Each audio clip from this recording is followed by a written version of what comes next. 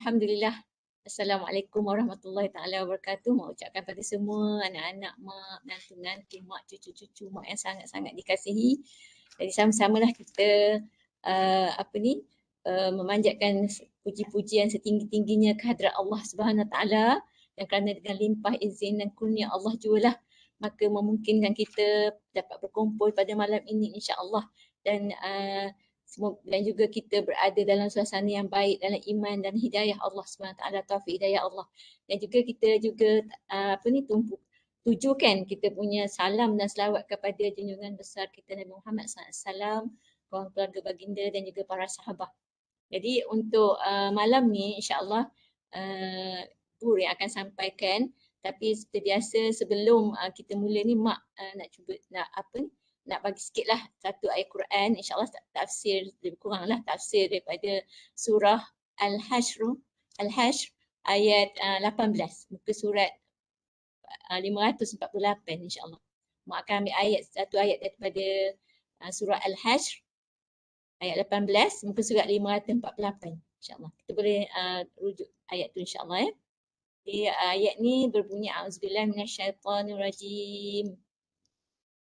Ya ayyuhalladzina amanu taqullah wal tanzur nafsum ma qaddamat lighad wattaqullah innallaha khabirum bima ta'malun.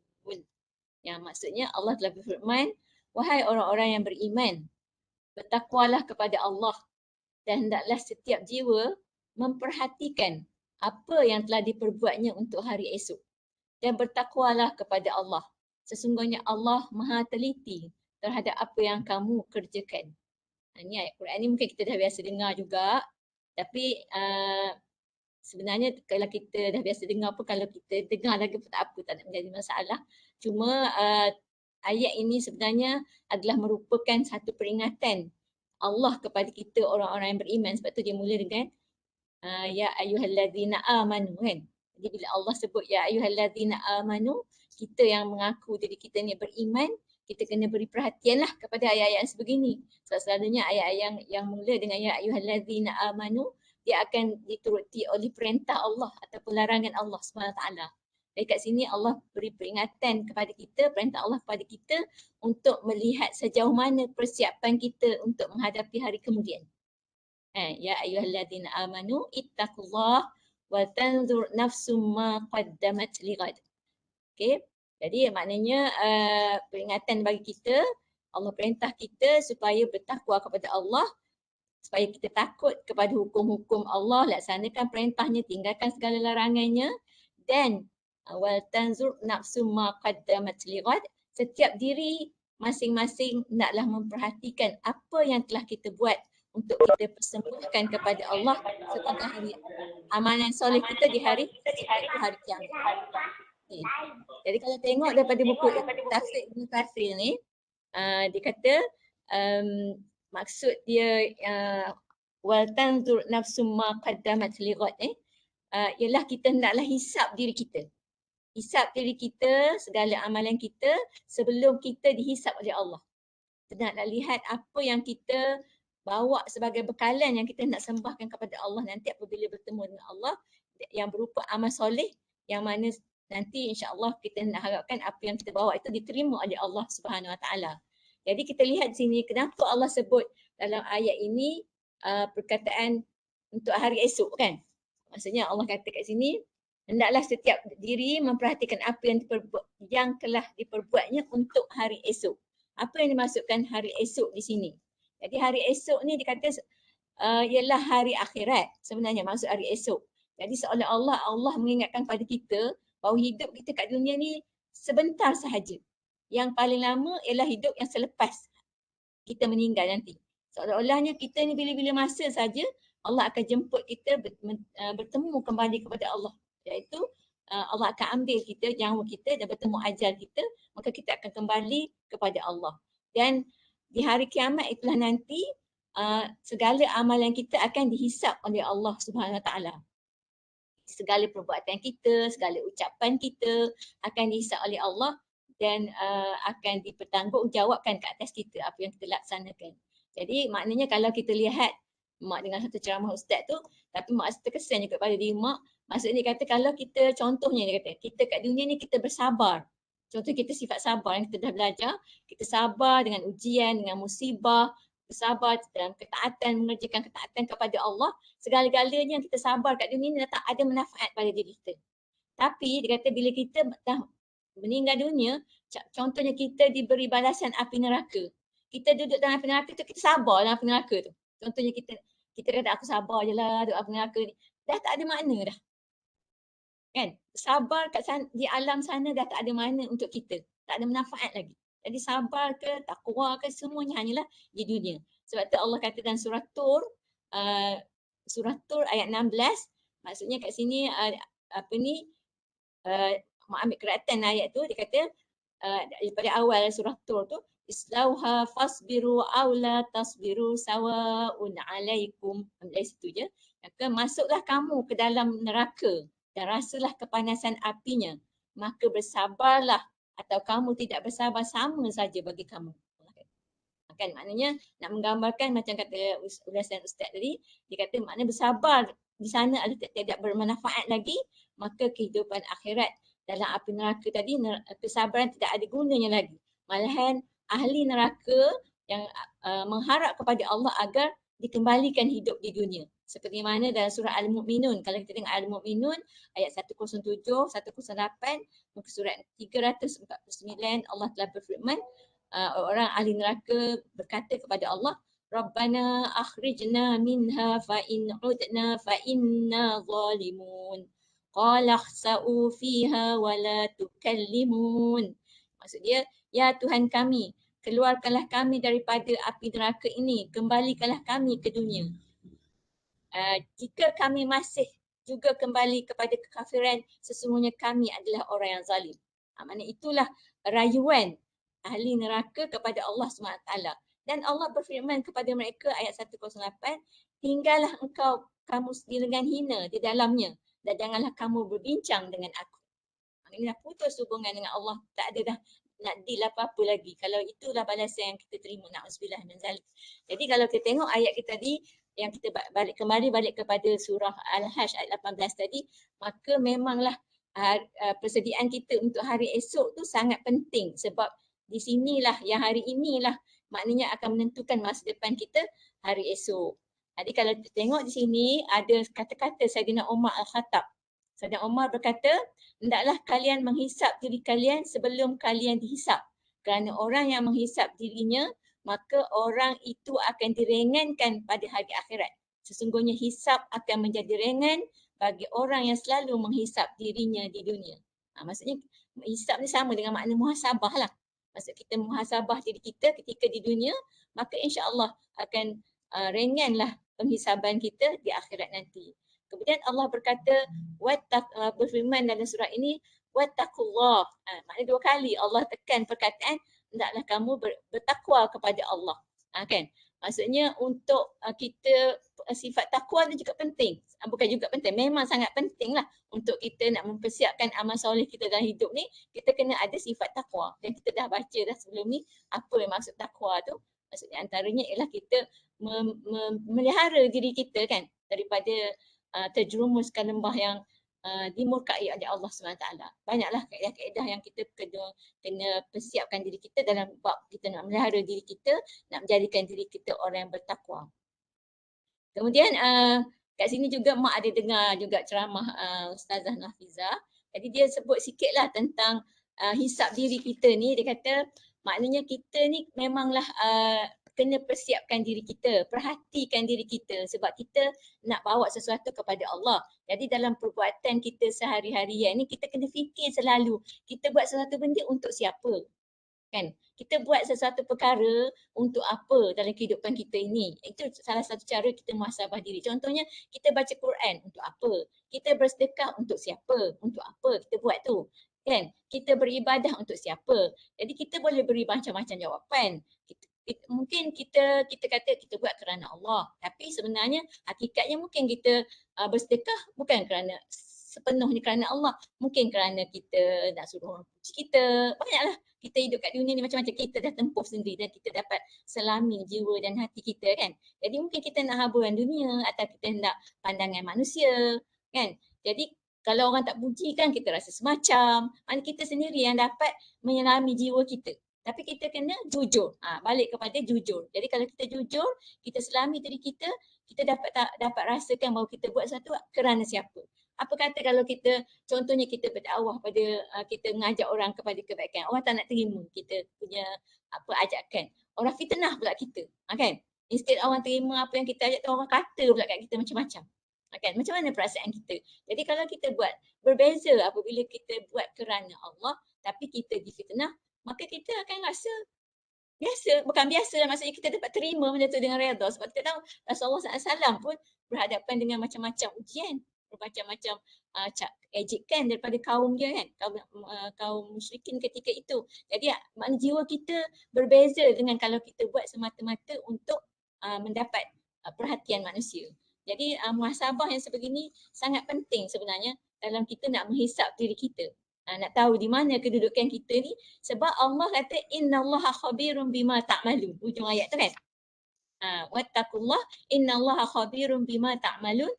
Allah Maha teliti terhadap apa yang kamu lakukan.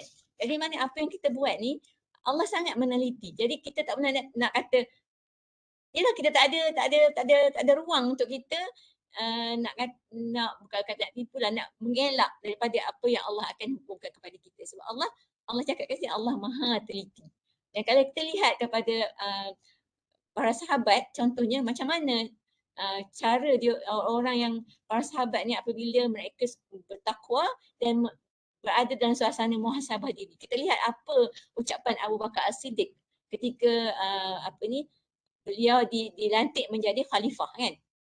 Apa kata dia? Aku adalah yang telah diberikan amanah di kalangan kalian. Tapi bukanlah bermakna aku lebih baik daripada kalian. Sekiranya aku melakukan kebaikan, maka tolonglah aku. Sekiranya aku melakukan perkara yang buruk, maka tolong perbaiki aku. Supaya aku tidak berterusan melakukan perkara yang buruk. Kan? Maksudnya mereka rendah tawaduk. Walaupun sebenarnya mereka ahli syurga kan, dijamin syurga, tapi dalam keadaan dijamin syurga pun kalau tengok kata-kata para sahabat ni adalah sangat tawaduk dan sangat memerlukan nasihat daripada orang sekeliling mereka kan. Kemudian kita lihat apa kata Sayyidina Umar Al-Khattab ketika ditegur seseorang di khalayak ramai. Seorang itu berkata kepada Umar, kamu hendaklah bertakwa kepada Allah wahai Amirul Mukminin. Orang ramai mendengar kata-kata tersebut menegur pemuda itu. Berani benar cakap macam tu pada Amirul Mukminin. Jadi orang tegurlah, apa kamu ni cakap macam ni kat Amirul Mukminin. Namun Sayyidina Umar menjawab, tinggalkan dia. Biarkan dia nak bercakap apa saja. Tak ada kebaikan pada kita semua jika sekiranya kamu menegah dia bercakap perkara yang benar. Dan tak ada kebaikan pada kita sekiranya kita tak mahu mendengar apa yang mereka ingin sampaikan. Kan? Maksudnya kita nampak kat sini betapa mereka ni sikap tawaduk yang kena tempat lah kiranya. Walaupun Amirul Mukminin, tapi maknanya orang tu betul. Kan? Orang tu tegur dia, bertakwalah kamu wahai Umar. Maknanya kalau tak ada orang tegur macam ni, tak ada orang muhasabah, apa jadi? Kan? Kita kata kita sentiasa betul sebab kita memang di zaman syurga, kita memang contohnya kita ustaz ke, kita ustazah ke, kita dah berusia macam mak ni dah banyak pengalaman, tak ada orang tegur, tak ada orang tegur. Kan? Kita tak boleh bersikap macam tu sebab kita masih lagi seorang manusia yang boleh sentiasa boleh melakukan kesilapan. Jadi bila ada orang tegur, insya-Allah kita kena alu-alukan dan kita kena berterima kasih orang yang memuhasabah kita tu sebenarnya. Kan? Sebab tadi macam kata Sayyidina Umar juga yang mengatakan bahawa orang yang dihisap di dunia ini maka akan ringan hisapnya di akhirat nanti insya-Allah. Jadi kita awal-awal kita dah bersedia untuk dihisap di dunia ini insya-Allah. Sebab tu dia kata, oleh sebab itulah orang yang bertakwa kepada Allah SWT bukan sahaja muhasabah dirinya sendiri, namun sangat menghargai nasihat sahabat-sahabat sekelilingnya untuk beri muhasabah atas apa yang mereka lakukan. Jadi macam mungkin Allah Alam dah masa dalam kehidupan kita ni kita tak berapa nak praktis sangat muhasabah ni. Sebab orang Melayu ni cepat terasa hati, betul tak? Mana kalau orang tegur sikit, Allah dah mula dah rasa semacam. Cuma kalau tiba-tiba suami kita tegur kita kan, kita solat lambat contohnya. Suami kita tegur ni, lambat ada Umi solat ni, berapa ni Umi nak sembahyang asar, contohlah kan. kita pun keras hati sangat kan. Contoh, masa dah muka dia, tak tahulah macam mana perasaan kita ni kan. Jadi sebab apa orang kata, budaya muhasabah ni jarang kita dapat laksanakan dalam orang Melayu. Mungkin orang Arab berbeza, wallahu alam. Dengan orang Arab tu nampak dia orang lebih open lah bab-bab macam ni kan. Jadi maksudnya, tapi daripada ayat ni tadi nampaklah kepada kita jelas bahawa muhasabah ni sebenarnya sesuatu yang sangat bermanfaat untuk kita, untuk kita menyiapkan diri kita bertemu dengan Allah. Dan semoga kita termasuk dalam golongan orang yang beriman, yang sentiasa bersiap sedia untuk melaksanakan sebaik-baik segala perintah Allah dan menjauhkan diri kita daripada segala larangan Allah. Jadi seperti mana firman Allah akhirnya dalam surah Az-Zalzalah ayat 7 dan 8 Allah berfirman, "Faman ya'mal mithqala dzarratin khairan yarah wa man ya'mal mithqala dzarratin syarran yarah." Maka barang siapa mengerjakan kebaikan seberat zarah sekalipun, nescaya dia akan melihat balasannya, dan barang siapa mengerjakan kejahatan seberat zarah sekalipun, nescaya dia akan melihat balasannya di sisi Allah SWT. Jadi sama-samalah insya-Allah kita cuba praktiskan ayat ni, bahawa kita perlulah menghisap diri kita sebelum kita bertemu dengan Allah untuk hari esoknya. Wallahu a'lam bissawab. Jadi segala yang kelemahan tu daripada diri mak, segala yang baik tu datang daripada Allah Subhanahu Wa Taala. Mak serahkanlah majlis ni kepada penyampai kita pada malam ni, Ustaz Buraidah Al-Aslami. Silakan. Senyum. Assalamualaikum warahmatullahi taala wabarakatuh. Bertemu lagi kita pada usrah kali ini. Formalnya. Selamat semua. Saya bersiaran daripada Kuantan ni. Cantik mic. Tak ada mic? Cantik mic. Cantik mic. Oh. Mic pun dah berbulu-bulu. So kita hari ni bersiaran dari Kuantan lah. Harapnya dapat penghayatan tu, dapat penghayatan lebih sikit lah. Jadi hari ni kita sambung bacaan hadis berkenaan dengan Riyadhus Shalihin daripada hadis 158 bab ke-16. Betulkan kalau salah Okey, terus kepada kita akan baca 10 hadis lah, kalau lebih kurang lah 9 ke 10 hadis ni hari ni. Okey, hadis yang pertama daripada Riyadhus Shalihin, hadis nombor 158. Dia golongan yang ketiga kan. Hadis yang ketiga. Hadis yang ketiga yang menceritakan tentang golongan yang mengikut sunnah Nabi SAW lah.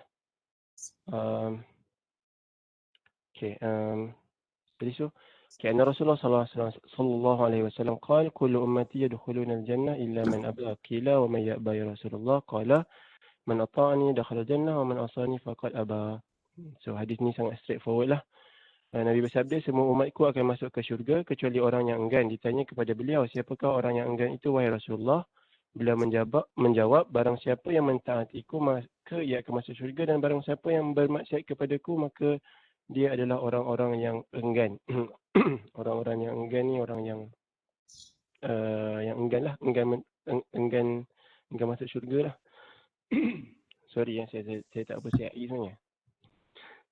Sekejap. Berkenaan dengan syarah As-Salisu. Sekejap, alamak. Sana ambil, okey. As-Salisu, Nabi Rata. Okey, Lughatul Hadis, Amatin Da'wah. Aba maksudnya imtana'a lah. Dia tak nak, dia menghalang dirinya daripada mengikut Nabi SAW.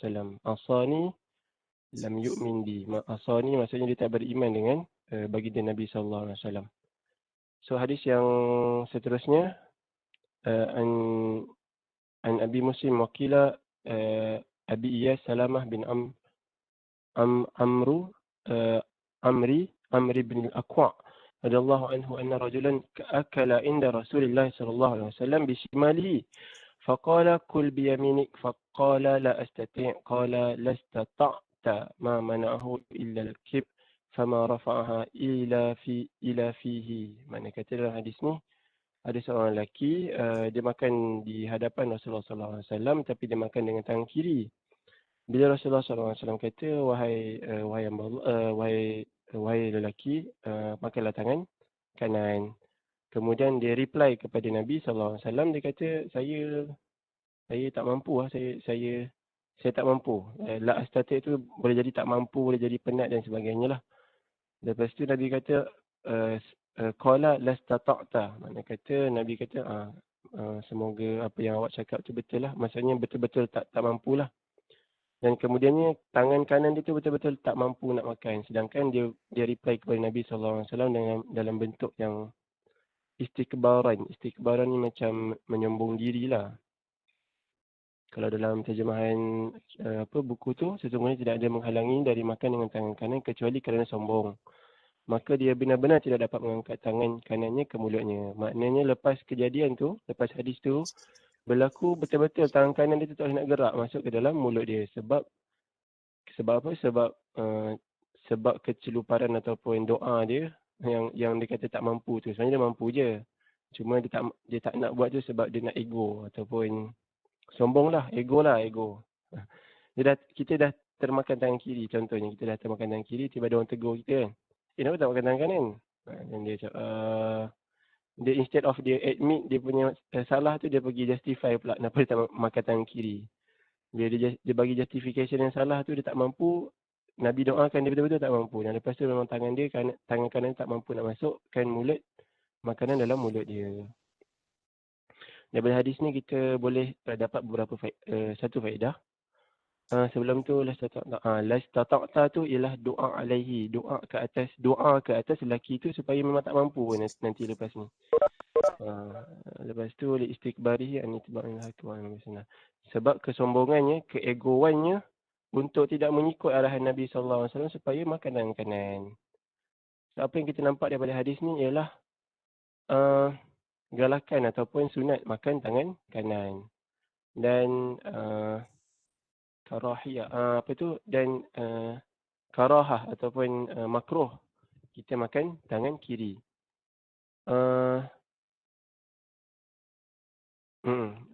Tapi dia bukan haram. Dia tak sampai haram sebab ada masa-masanya memang kita dibenarkan makan tangan kiri. Contohnya ketika mana kita sakit ataupun ketika mana kita terpotong, tangan kiri kita terpotong ataupun tercedera dan sebagainya lah. Tangan kanan kita tercedera sebagainya, waktu tu kita makan tangan kiri. Terpaksa lah. Dan daripada hadis ni kita faham juga bahawa apa-apa yang kita buat pekerjaan yang baik,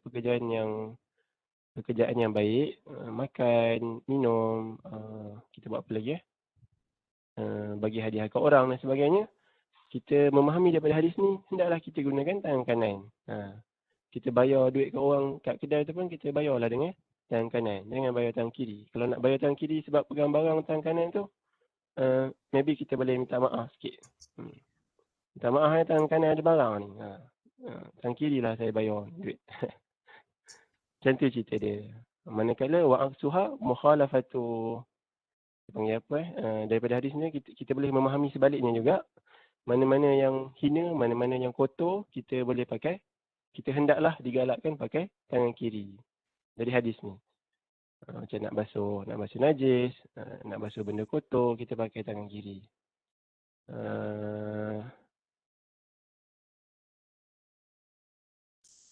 Okey. Dan dalam hadis ni, kenapa Nabi doakan orang tu supaya dia tak mampu guna pakai tangan kanan dia, bukanlah disebabkan dia betul-betul tak mampu.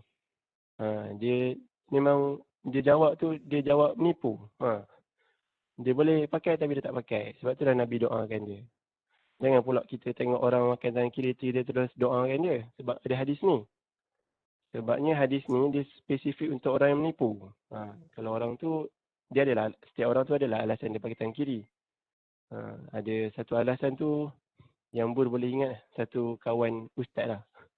Dia memang daripada kecil makan tangan kiri. sebab dia dah lama gitu, jadinya dia akan makan tu dia tak pakai tangan, dia pakai sudu dengan garpu. Dia nak cover sikit. Tapi tak tahulah kenapa sampai ke besar dia melekat makan tangan kiri tu, dia kata. Tapi nak cerita dia macam tu lah. Dia jadi tabiat. Dia nak pakai tangan kanan tu, dia jadi lambat makan, dia kata. Muka Tapi suara itu soalan aim. benda ha? Soalan dah biasa gitu kan dia makan tangan kanan sebab telinga pula. Soalan aim. Salah, dia salah aim, ada lambat lah jadinya. Kalau Bu makan tangan kiri pun. Memang betul lah, salah aim. Kang elok nak suap ke dalam lubang mulut jadi lubang hidung. Tapi kesian lah ke dia sebab dia tu ustaz. Kalau dia pergi ceramah kan bila makan-makan lepas kuliah tu kan. Mana dia nak Tapi cover masa tu? pada kecil kot. Kadang-kadang budak kecil kan makan dia cepat guna tangan kiri. Tapi kita sebagai Ha, parent, kita kena cakap tangan kanan nak, jangan tangan kiri. Sebab kalau kita tunjuk barang ke budak kecil dia, kita perhati ada setengah-setengah budak tu dia memang cepat tangan kiri. Masa betul dia betul. cuba, masa dia pandai mengambil barang. Daripada baby lah. Pandai barang tu tangan kiri dia Hmm. cepat. Jadi mana kita parents ni kalau dia ambil tangan kiri, kita tolak tangan kiri dia, kita beri tangan kanan dia.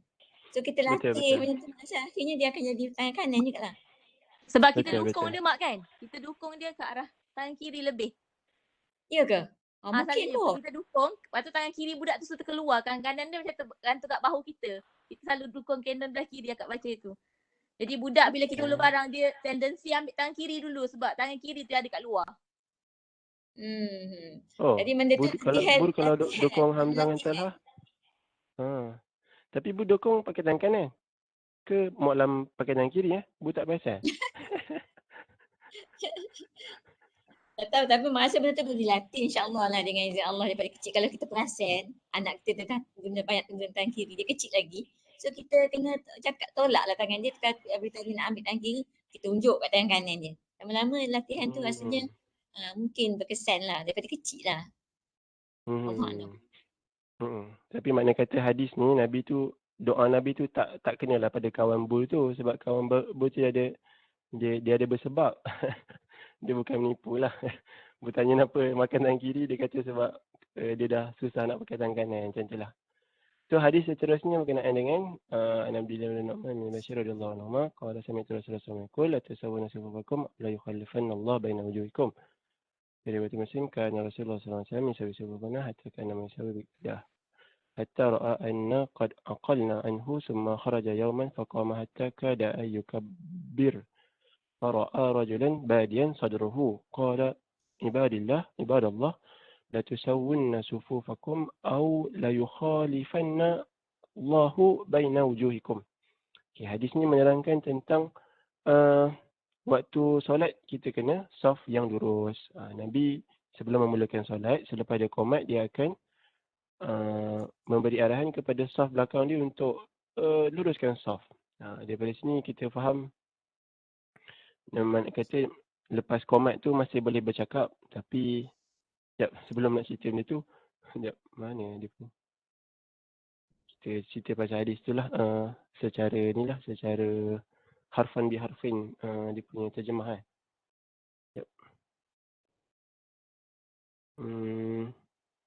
Okey. Dari Abu Abdullah An-Nu'man bin Bashir radhiyallahu anhu, dia berkata, saya mendengar Rasulullah sallallahu alaihi wasallam bersabda, hendaklah kalian benar-benar meluruskan barisan kalian dalam solat. Atau kalau tidak, Allah benar-benar menjadikan perselisihan di antara wajah-wajah kalian. Okey, syarah dia.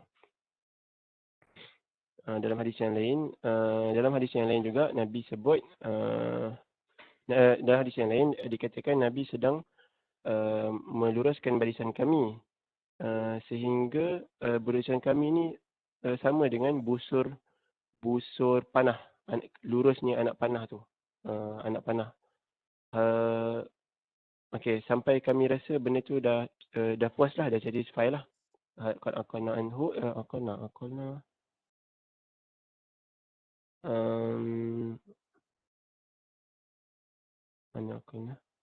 sampai kami dah faham bahawa arahan Nabi tu masa kami faham dan kami luruskan saf lah. Kemudian ada satu hari tu, ni hadis yang lain ada satu hari tu seperti biasa Nabi dah lepas qomat, Nabi nak angkat takbir. Nabi pusing belakang, Nabi nampak salah seorang sahabat ataupun lelaki, dia punya dada dia terkeluar sikit. Lepas tu dia kata, wahai hamba Allah, la tusawwunna sufufakum. tolonglah ataupun dalam bentuk arahan lah, silalah luruskan sufu saf-saf kalian, ataupun nanti Allah akan menjadikan perselisihan dalam wajah-wajah kalian. Okey, hadis ni secara luratan dia okey. Sawana sufufakum, maksudnya kata luruskan saf dalam bentuk berbaris luruslah. Setiap orang yang berdiri itu hendaklah berbaris lurus sehingga dapat satu garisan yang lurus. La yukhallafanallahu baina wujuhikum. Okey, la yukhallifanallahu baina wujuhikum ni dia ada perbahasan sikit. Dia adalah sebuah janji daripada Nabi SAW. Dia ada dua. Sama ada dia betul-betul akan jadi muka kita ni berubah-ubah sebenar-benar bentuknya, ataupun dia mana kata muka kita ni berubah bentuk lah. Maksudnya kalau kita berubah-ubah soft tak betul, nanti muka kita ni pun dia tashwihul wajh. Mana kata kita akan jadi ke bentuk yang lain, muka-muka yang lain. Sebab kita tak meletakkan sesuatu pada tempatnya. Kita tak duduk lurus. Kita tak letak diri kita dalam barisan yang lurus. Jadi boleh jadi bila kita selalu sangat buat macam ni, nanti muka kita pun akan berubah bentuk yang tak lurus dan sebagainya lah. Ada juga qila, dikatakan juga bahawa mahmul ala majaz. Benda ni sebenarnya adalah majaz, iaitu bukanlah berubah muka tu maksudnya berubah muka wajah, tetapi yang berubah tu ialah hati-hati kita tidak lagi bersama. Mana kata ikhtilaful qulub. Maksudnya kalau dalam satu surau tu soft dia tunggal langgang, mana kata hati-hati kaum Korea kat situ pun memang jenis tunggal langgang, jenis suka bergaduh dan sebagainya. Okey. Badian faedah kharijah. Okey. Hadis seterusnya al-hasan tasbih sufuf. Faedah seterusnya. Ini hukum mana kata lepas takbir, lepas qomat, nak masuk takbir yang pertama tu, Allahu Akbar tu, kita dibenarkan bercakap. Bukan tak boleh cakap langsung. Boleh cakap. Tapi percakapan kita itu hanyalah untuk perkara-perkara yang berkaitan dengan maslahat solat. Macam takdir sufuf lah. Kita tak boleh bercakap benda. Kita dilarang bercakap benda yang tak ada kaitan lah. Dah habis qomat la ilaha illallah apa semua, tiba imam pusing belakang. Tanya tadi Liverpool menang berapa kosong. Itu memang tak boleh lah. Itu memang itu nak kena tu. Tak boleh. Tapi kalau dia pusing belakang, dia kata dudukan saf dan sebagainya, anak-anak sila diamkan, mak ayah sila jaga anak-anak, benda tu boleh lah. Tapi kalau dia tanya Liverpool menang berapa kosong tu memang nak kena. Okey, hadis seterusnya.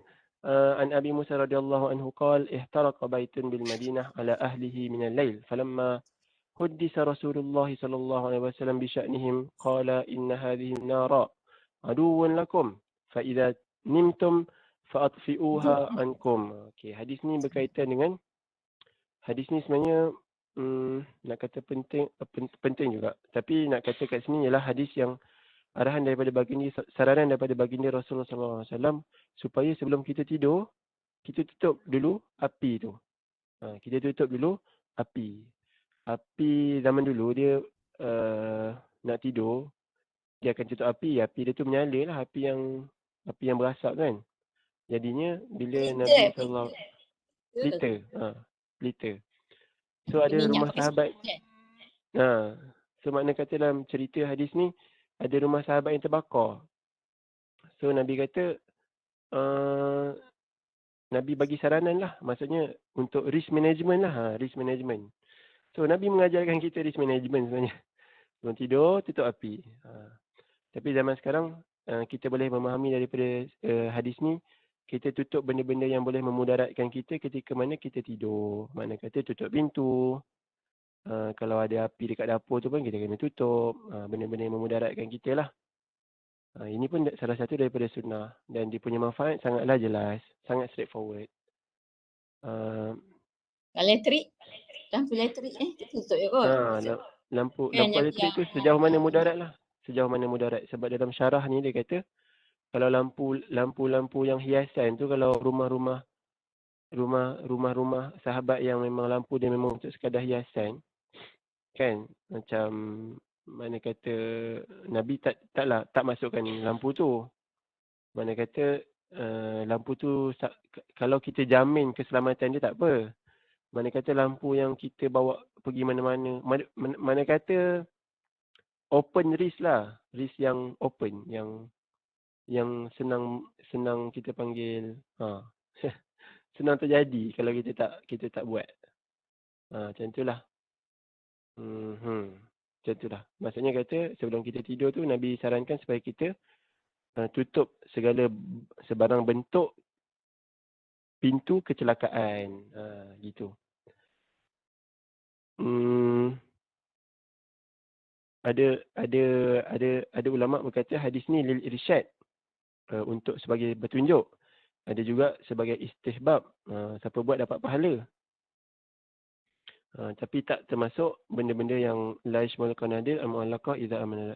Maksudnya kata tak termasuk dengan api-api ataupun perhiasan-perhiasan yang kita boleh jamin keselamatan dia. Contoh kalau ada orang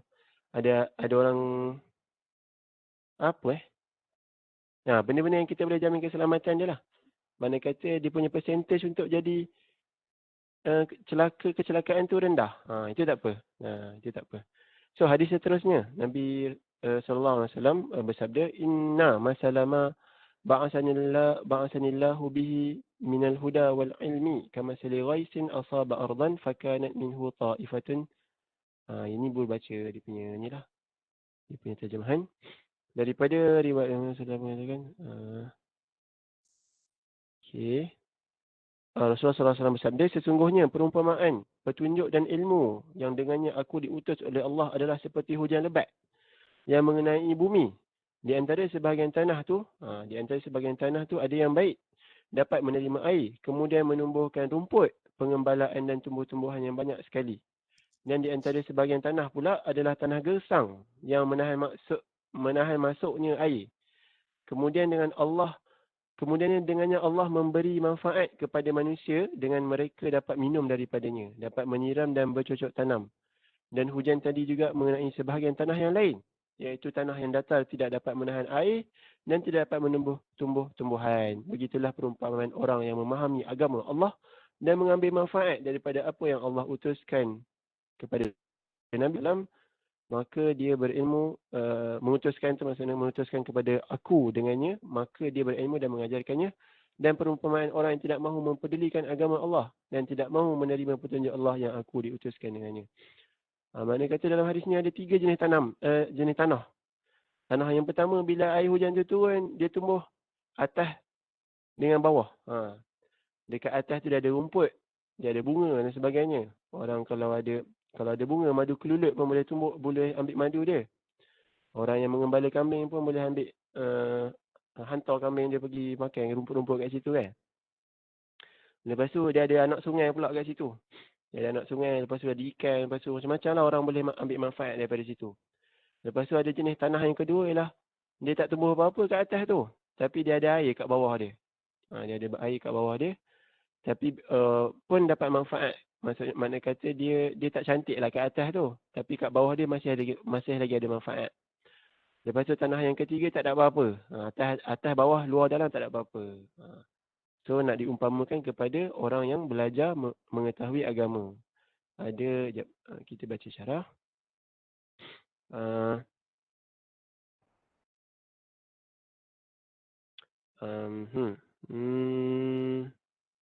Betul. Ada 3, betul, jadi 3 tanah.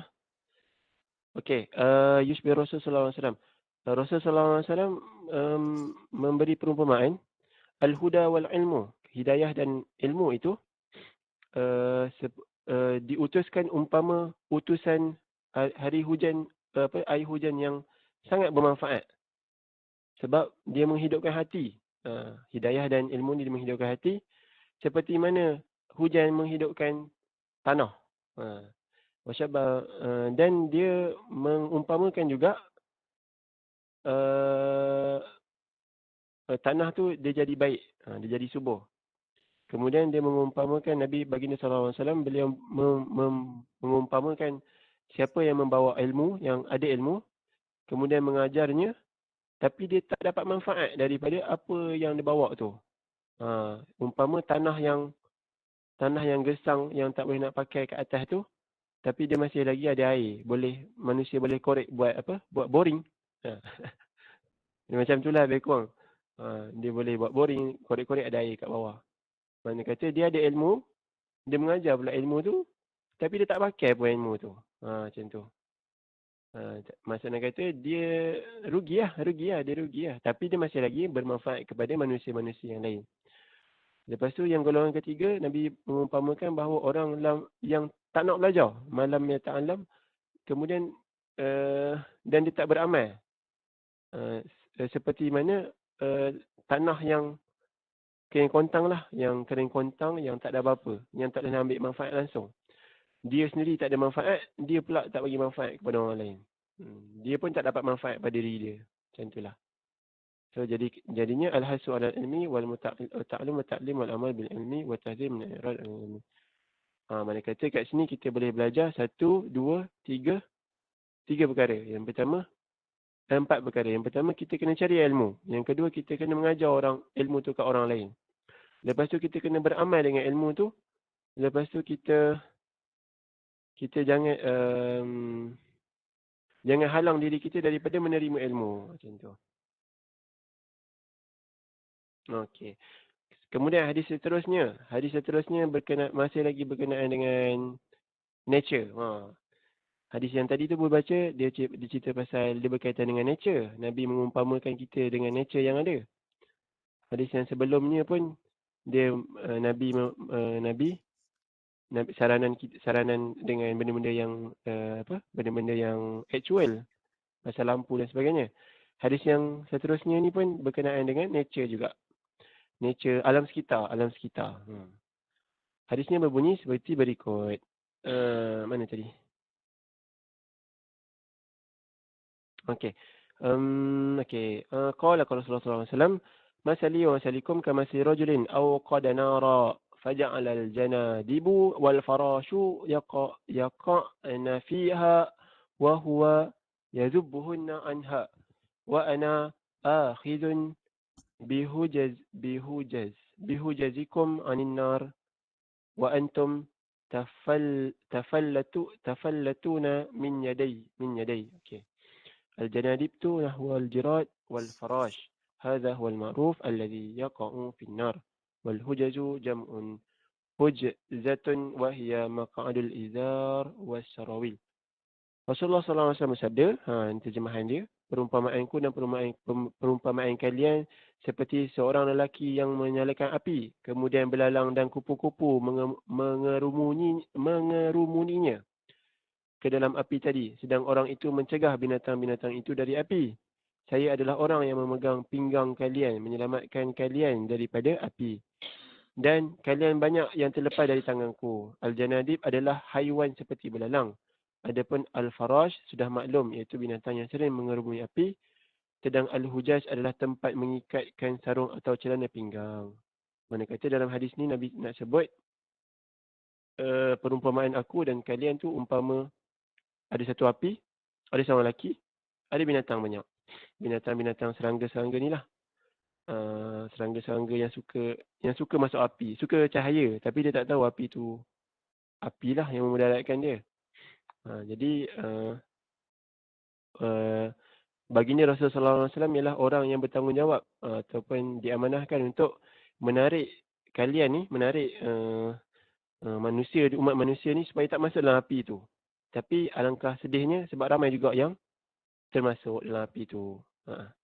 Nabi tariklah untuk kita tak masuk dalam api tu. Itu tugas Nabi. Tapi sayangnya ramai juga yang termasuk. Ini maksud hadis tu.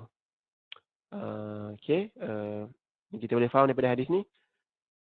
Rasulullah SAW sangat menjaga umatnya. Sangat menjaga umatnya. Dia akan cerita kat kita segala benda.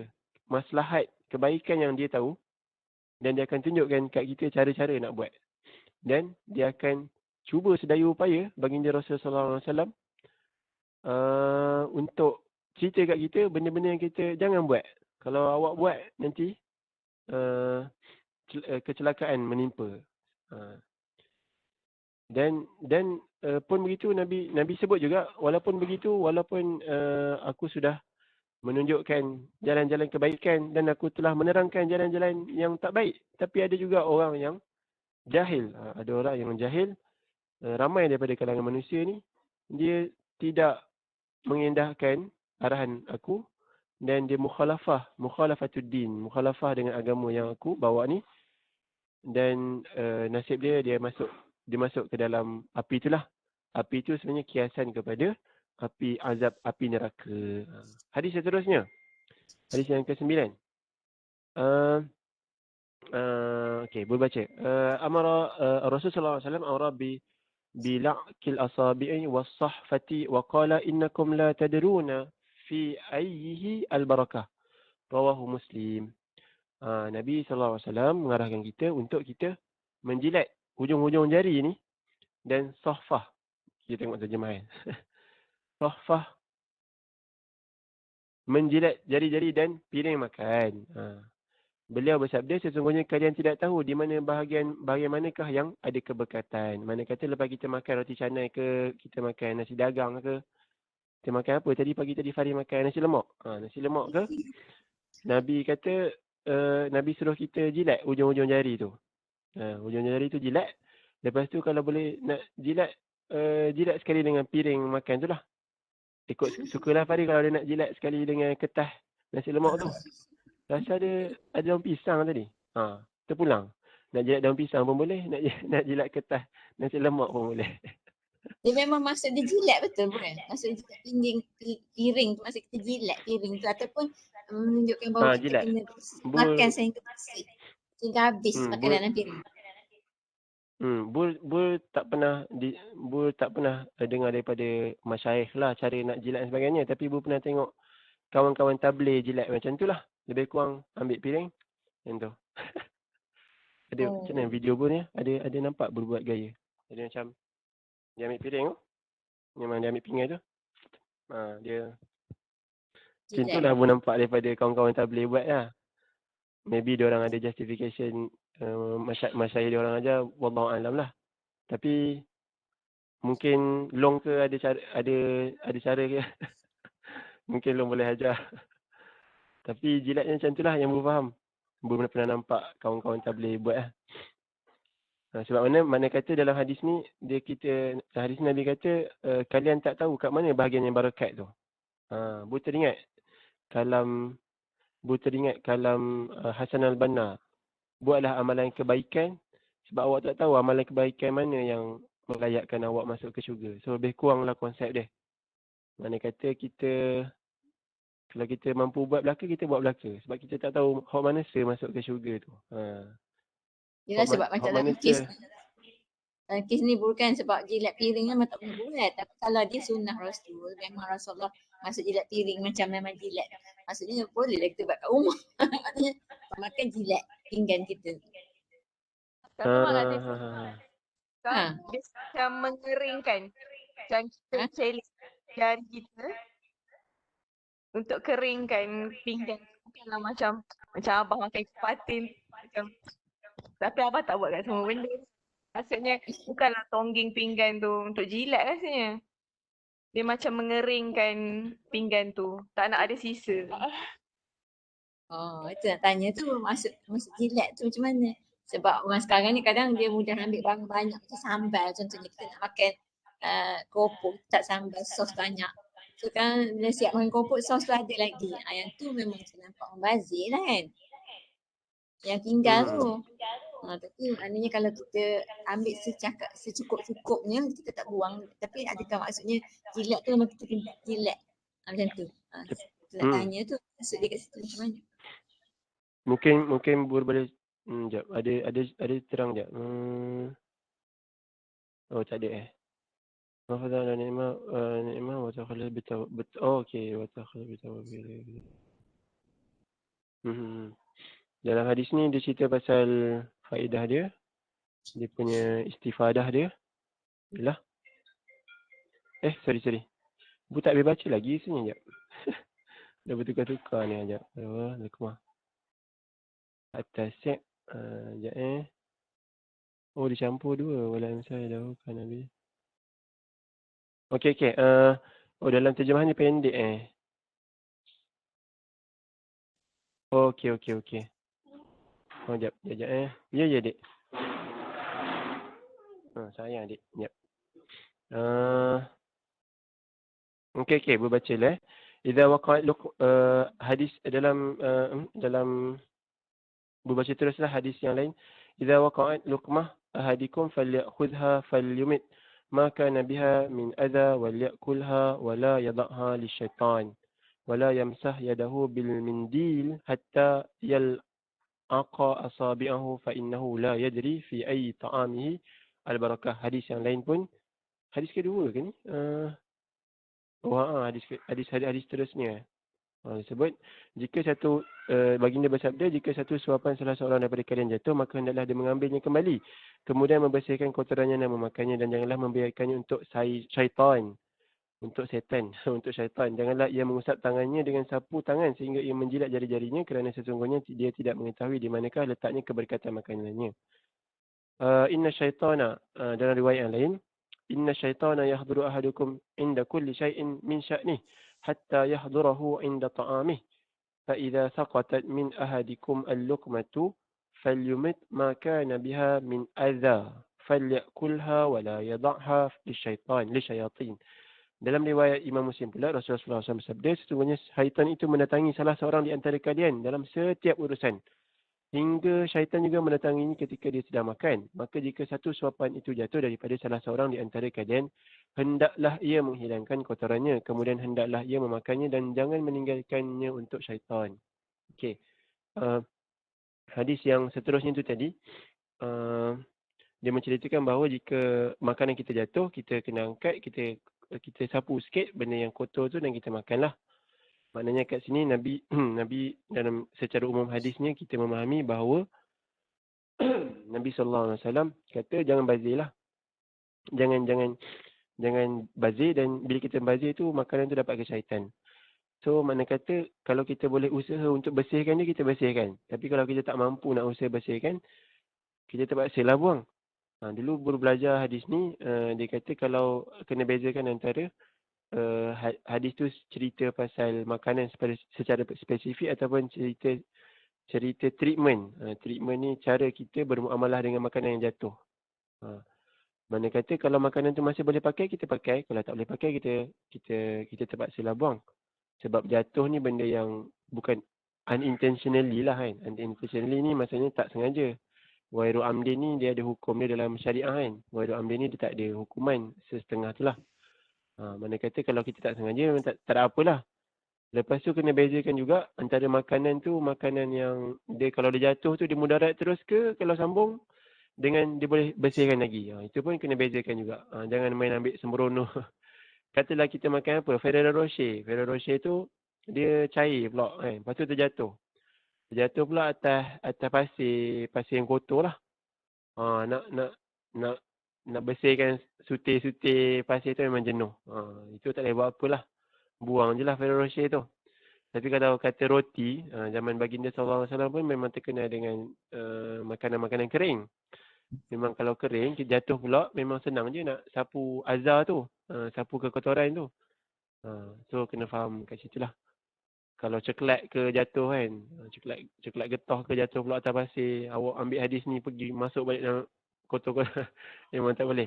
Dan satu lagi pengajaran, tak boleh, hadis ni tak mengajar kita untuk sengaja jatuhkan makanan tu. Kena faham molek. Sebab ada orang baca hadis ni, dia kata kalau makanan tu jatuh, bersihkan je lah, masa makan semula. Tapi ada orang ni faham hadis ni cara pelik sikit. Dia sengaja jatuhkan makanan tu, lepas tu dia sapu-sapu dia makan. Itu tak boleh. Itu nama dia, nama dia ada dalam, nama dia sengaja tu tak boleh. Sengaja mengotorkan tu memang tak boleh. Walaupun lepas tu dia boleh dibersihkan. Walaupun lepas tu boleh dibersihkan. Dia sengaja mengotorkan, sengaja menajiskan, semua tu haram hukum dia dalam. Ada dalam Fiqh Syafi'i kalau tak silap. Kitab Fiqh Syafi'i ada. Sengaja menajiskan, sengaja mengotorkan, benda tu tak boleh. Sebab benda ni berlaku dengan kawan bur ni. Dia tak tahu, pelik betul. Mentang-mentang baru baca hadis, dia ambil dia ambil aiskrim. Dia ambil aiskrim. Aiskrim tu tak buka lagi. Lepas tu zaman kanak-kanak ni lah.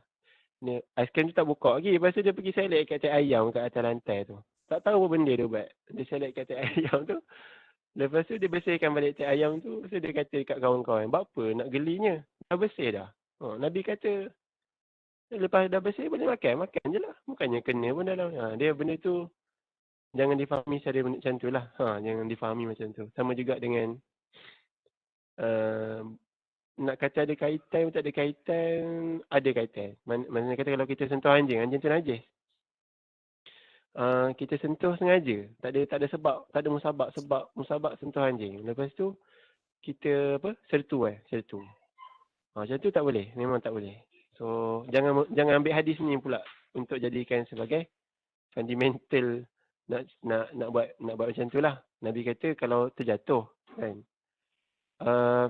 Okey. So hadis ni menceritakan tentang at-targhib. At-targhib ni saranan lah, saranan untuk menjilat jari dan piring ketika makan.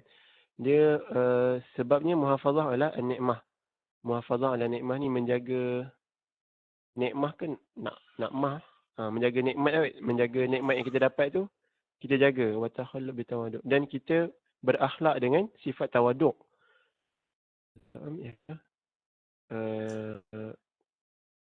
Ihada bin nikmah wa takhallub. Dan hadis ni juga menerangkan bahawa kalau kita buang makanan lebih-lebihan tu, ia adalah penghinaan kepada nikmat yang kita dapat dan indirectly menjadikan kita takabur.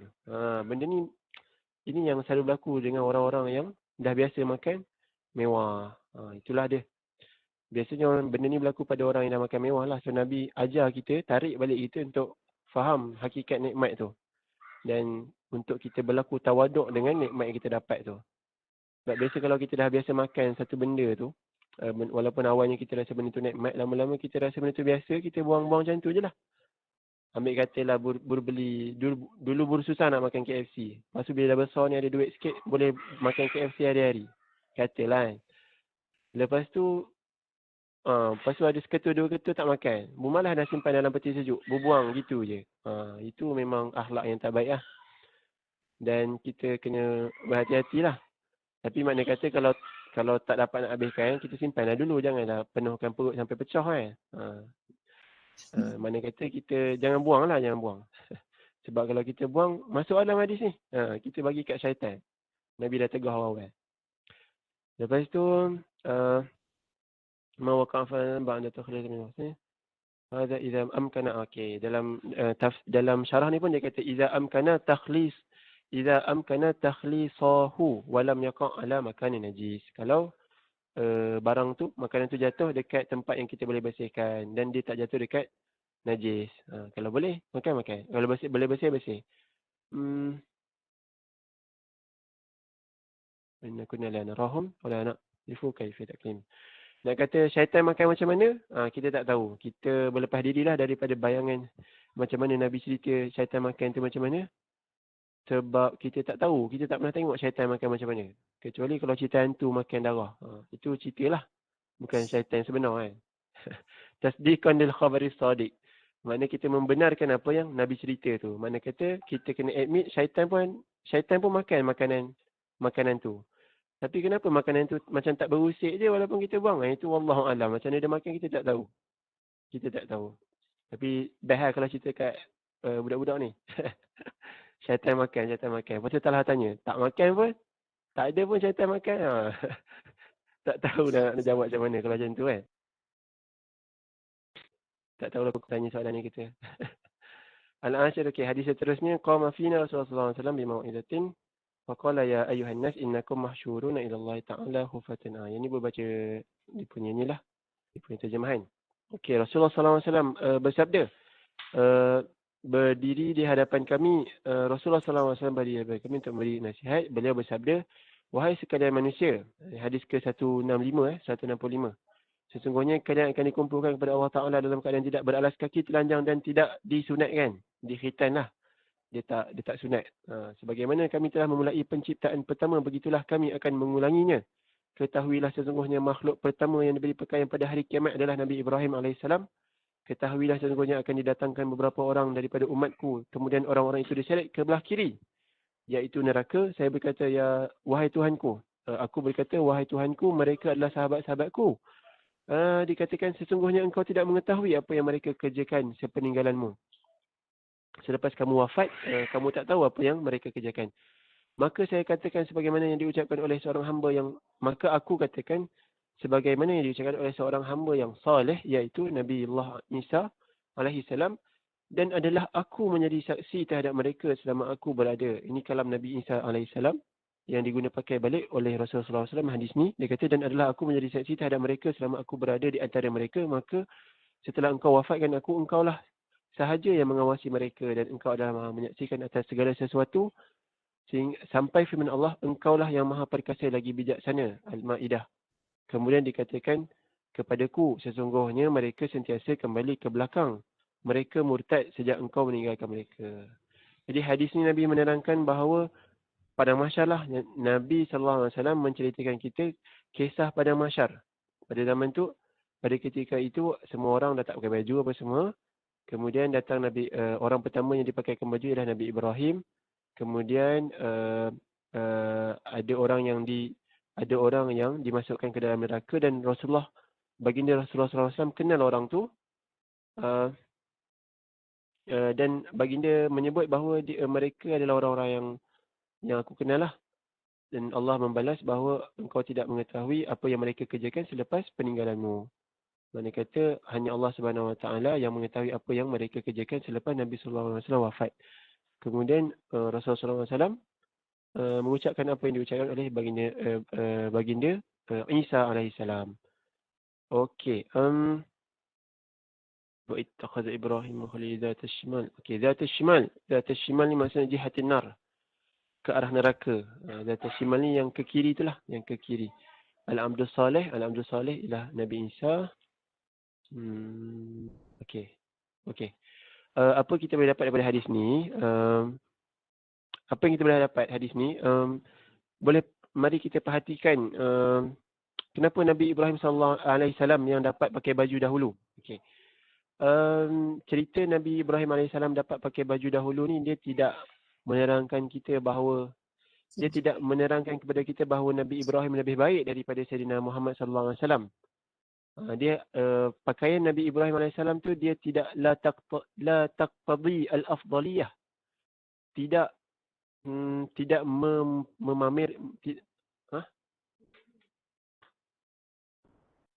mempamerkan, dia tidak menerangkan kita al-afdaliyah. Dia tidak menerangkan bahawa Nabi Ibrahim itu lebih baik daripada Nabi Muhammad. Atau annahu awla Muhammad. Okay. Yang kedua, ta'zibul usa allazi badalu wa ghairu fi dinillah ta'ala. Okey, yang kedua adalah apa yang kita boleh istifadah adalah golongan yang diseksa, golongan yang dimasukkan dalam neraka ni. Kan? Kita boleh pisahkan mereka, kita boleh bagikan mereka kepada dua golongan. Golongan pertama, mereka ni murtad selepas peninggalan Nabi SAW. Dan mereka ni memang kekal tempatnya di neraka. Mukhliduna finnar. Wa qismun asaw fahum qad tu'azzibuna wa tanalahum ba'da idzin syafa'ah. Dan golongan yang kedua ni ialah golongan yang dia tak buat apa yang baginda Rasulullah SAW buat, dan dia asal lah, dia buat maksiat, senang kata. Dia buat maksiat dan dia diazab di dalam neraka. Kemudian selepas itu dia dapat syafaat daripada Rasulullah SAW dan mereka dikeluarkan daripada neraka. Itu golongan kedua yang dikisahkan dalam hadis ni lah.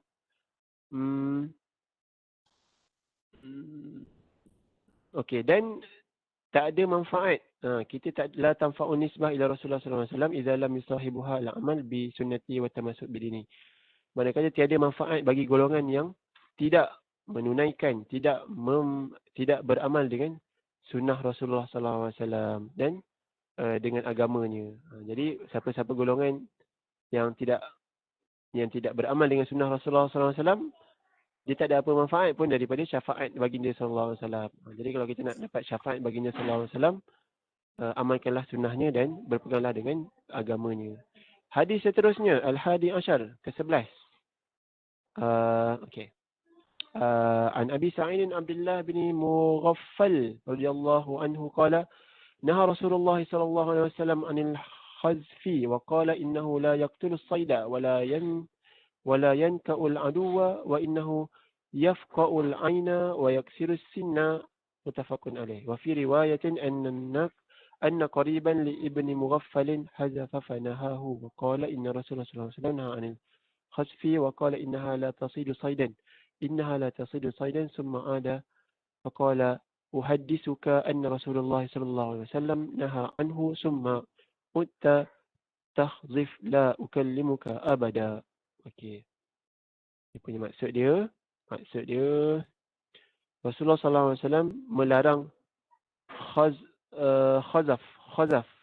Beliau bersabda, sesungguhnya khazaf itu tidak dapat membunuh binatang buruan dan tidak dapat membinasakan musuh, dan sesungguhnya khazaf itu hanya dapat membutakan mata dan menanggalkan gigi. Dalam riwayat lain disebut, sesungguhnya ada seorang yang dekat dengan Ibnu Mughaffal melakukan khazaf. Ibnu Mughaffal ni sahabat. Maka dia melarangnya dan berkata, sesungguhnya Rasulullah SAW melarang khazaf. Beliau bersabda, sesungguhnya khazaf itu tidak dapat membunuh binatang buruan. Kemudian orang tersebut masih mengulangi perbuatannya. Maka Ibnu Mughaffal berkata, saya telah memberitahukan kepadamu sesungguhnya Rasulullah SAW melarang khazaf, tetapi kamu masih mengulangi melakukan khazaf. Maka mulai sekarang saya tidak akan berbicara denganmu selamanya. Apa maksud khazaf ni? Iaitu khazaf ni ialah dia melemparkan kerikil dengan jari telunjuk dan ibu jari. Iaitu kerikil diletak di ibu jari, kemudian jari telunjuk menyentilnya. Alamak, yang ni tak tahu lah macam mana. Maksudnya melemparkan kerikil dengan jari telunjuk dan ibu jari. Iaitu kerikil diletakkan di ibu jari, kemudian jari telunjuk menyentilnya. Batu kerikil, batu kecil. Yang ni tak sempat nak explore. Tak sempat nak check lah. Kalau ada siapa-siapa boleh terangkan, saya sangat hargai. Mungkin kita boleh pindah ke hadis lain dulu. Khazaf ni apa? Rasanya khazaf ni dia seolah-olah macam cara memburu lah. Cara memburu tapi tak rahmah kot. Dia tak rahmah kot cara dia. So Nabi tak suka dan sahabat pun bagi tahu hadis ni pada orang lain, kemudian orang tu tak nak ikut cakap sahabat ni. Jadi sahabat pun cakap, aku tak nak bercakap dengan kau sebab aku dah cakap Nabi kata tak boleh hang buat gak. Jadi aku malah cakap dengan hang. Macam mana kata kita tak cakap ni, kata tak mengiktiraf lah, ataupun kita tak minat cakap dengan dia sebab pengen dia buruk. Gitulah. Cerita dia. Tapi khazaf tu macam mana secara terperinci pun tak nak cerita. Banyak kata cerang okey. Khazaf bisababah wal ibham. Tak boleh tak? Ramil hasa bisababah wal ibham. Tak tahu. La yanka la yakhruj. لأنه لا فائدة منه وربما ترتب عليه ضرر بآخرين. جواز. Okey, dia kata khazaf kat sini. Khazaf ni dia punya risiko dia boleh buat mudarat kepada orang lain juga. Yad'uha. Jawaz hijran ashabul ma'asi hatta yad'uha. Okey. Dalam hadis ni kita boleh ambil satu benda yang menarik lah. Maksudnya kata kita dibenarkan untuk berpisah daripada orang-orang yang melakukan maksiat ni. Mana kata orang yang melakukan maksiat ni kita boleh boykot dia. Kita boleh boykot. Bukanlah boykot, kita boleh lari daripada dia lah. Kita tak iktiraf dia, kita tak kawan dengan dia sehinggalah dia bertaubat. Itu jawaz. Maksudnya kita boleh buat benda ni. Daripada hadis ni kita faham juga bahawa orang yang beriman tu memang naluri dia memang tak minat duduk dengan orang yang buat maksiat. Jadi jangan kata kita tak mahu berkawan tu sebab putus silaturahim. Kita tak mahu berkawan tu sebab dia buat benda tak elok. Jadi boleh sebenarnya, boleh. Tak tak berminat saya duduk dengan orang ni. Dia suka kentut merata, contohlah. Ataupun dia suka buat benda-benda yang tak elok lah. Dia suka cakap besar. Dia suka cakap besar. Dan sebagainya. Ataupun kalau dia cakap tu dia suka ngata ke orang. Malah nak kawan dengan orang macam ni. Maknanya kata kita boleh buat macam tu. Tapi kalau dia bertaubat, dia nampak dah sisi-sisi baik dia timbul kan. Kita kawan balik dengan dia. Jangan tak kawan gitu. Tapi kalau kita punya niat nak dakwah dia apa semua tu, niat dakwah lah. Janganlah tinggal dia. Tapi kalau kita tak nak kawan dengan dia pun boleh juga. Sebenarnya benda tu pun dakwah juga. Dia dakwah bil apa? Targhib wal tarhib. Itu pun tarhib lah, bentuk tarhib. Okey. Hadis seterusnya, ra'aitu Umar bin Khattab radhiyallahu anhu an ibn Abbas bin Rabi'ah, ra'aitu Umar bin Khattab radhiyallahu anhu yuqabbilu al-hajara ya'ni al-aswad wa yaqulu a'lamu annaka hajarun ma tanfa'u wa la tadurru walaula anni ra'aitu Rasulullah sallallahu alaihi wasallam yuqabbiluka ma qabaltuka, muttafaqun alaih. Hadis ni menerangkan bahawa Saidina Umar radhiyallahu anhu bin Khattab radhiyallahu anhu dia cium Hajarul Aswad. Hajarul Aswad yang dekat Mekah tu dia cium. Lepas tu dia khabar ke Hajarul Aswad tu, aku tahu yang awak ni tak ada manfaat apa-apa dan awak tak ada mudarat apa-apa.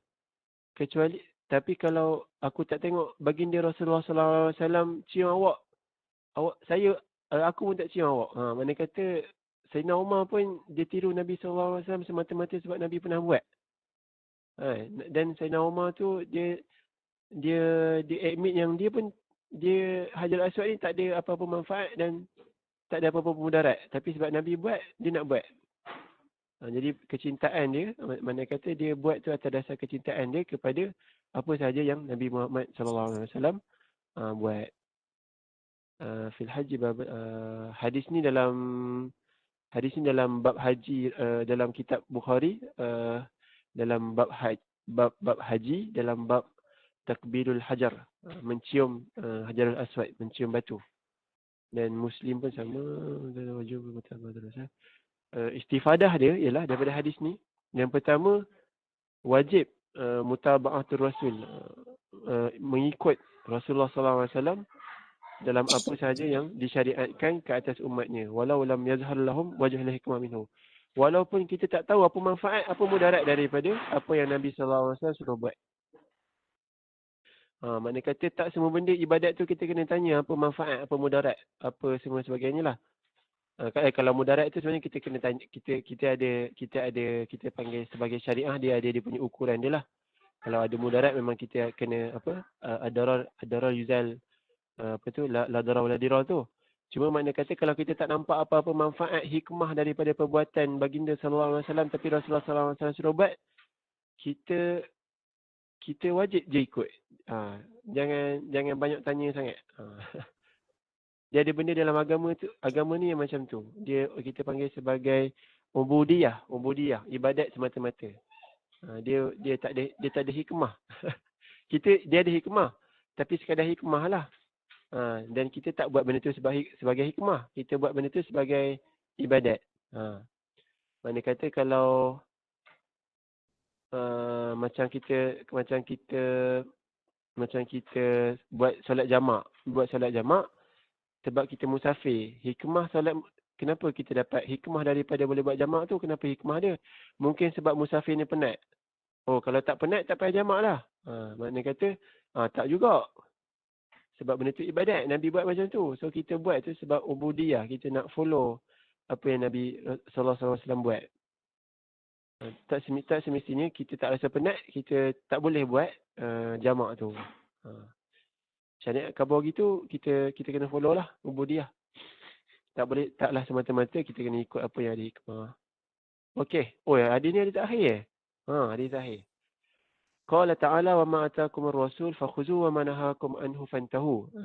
Secara literally apa yang didatangkan daripada Rasulullah, apa yang didatangkan kepada kamu daripada Rasulullah sallallahu alaihi wasallam, maka ambillah ia, dan apa yang dilarang daripada apa yang dilarang, apa larangan yang diturunkan ke atas kamu, maka janganlah buat. Dalam ayat Al-Quran kan. Tauqifiyah, al-ibadat tauqifiyah yajibu itiba'ah. Okey. Qala Tabrani innama mana kata, satu lagi poin kat sini. Mana kata kalau kita membincangkan ibadat kita dengan orang yang non-Muslim contohnya, kita jangan cerita benda tu awal-awal lagi guna hikmah. Kenapa awak puasa sebulan? Oh, kita puasa, umat Islam puasa sebulan sebab nak bersihkan perut.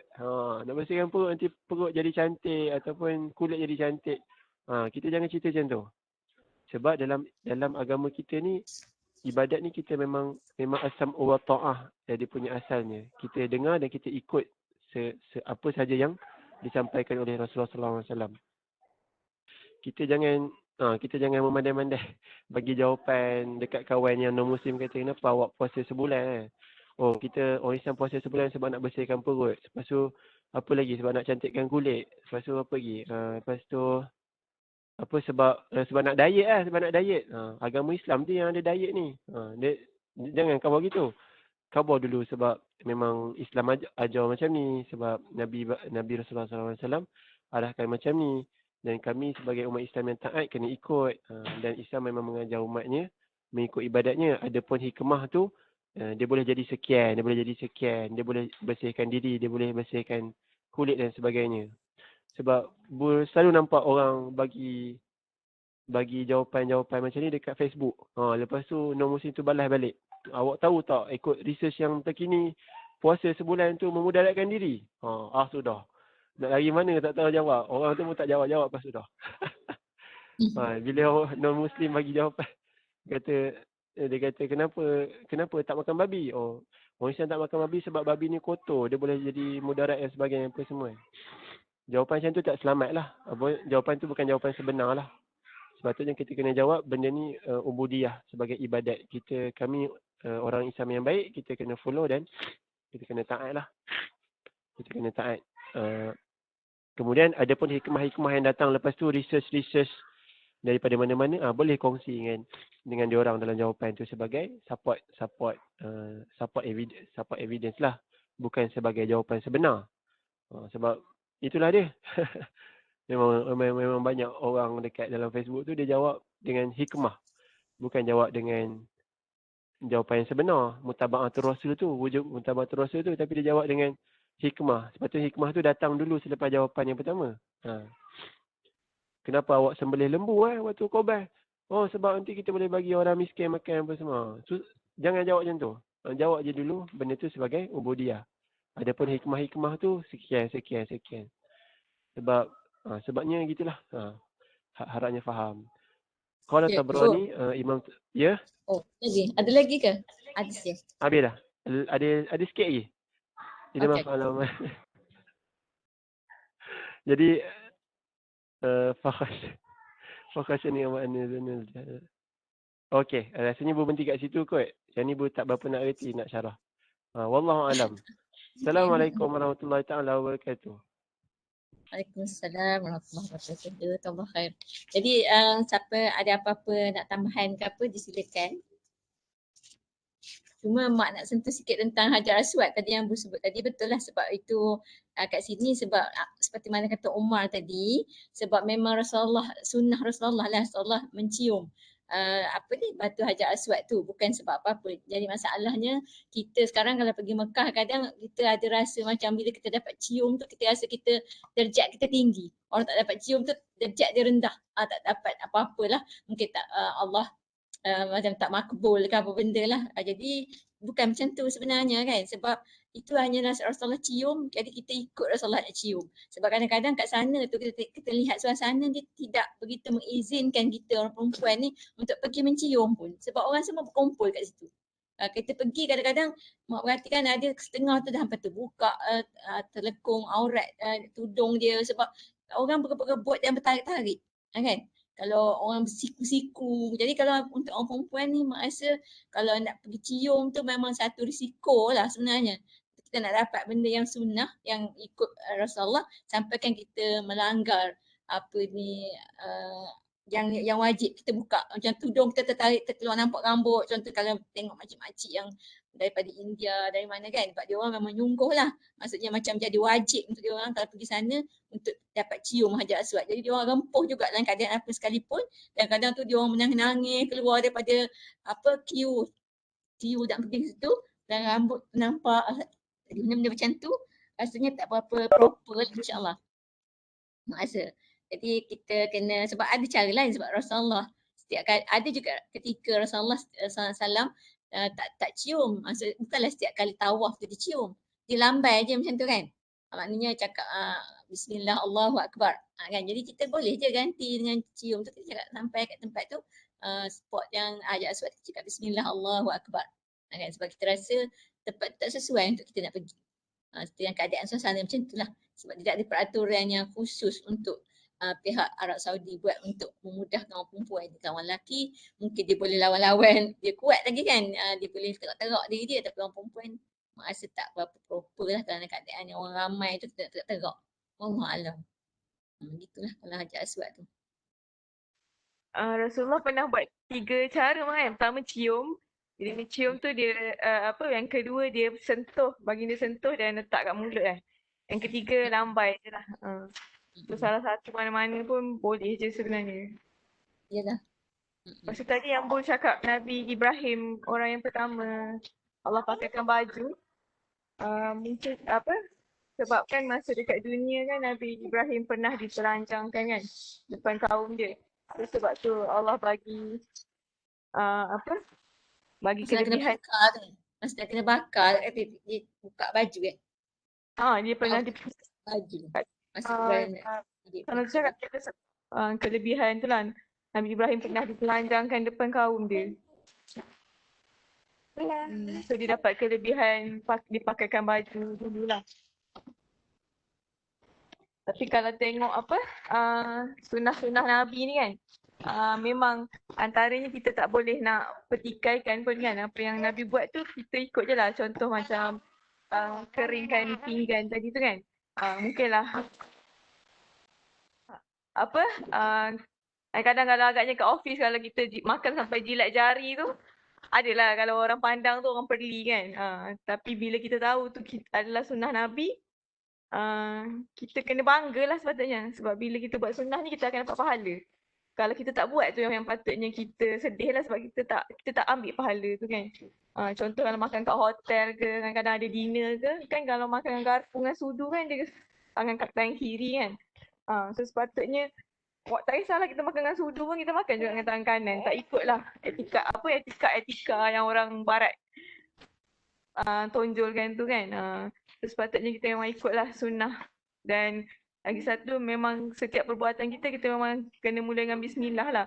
Sebab kalau kita tengok tadi makanan jatuh kan. Sebab dalam setiap perbuatan kita tu memang ada syaitan tu dengan kita. Kita nak tidur ke kita nak masuk bilik air ke kan. So kita memang kena baca Auzubillah kan. Mulakan dengan Auzubillah ni syaitanirrajim. Supaya dia tengok je lah kanan kita tu. Allahualam.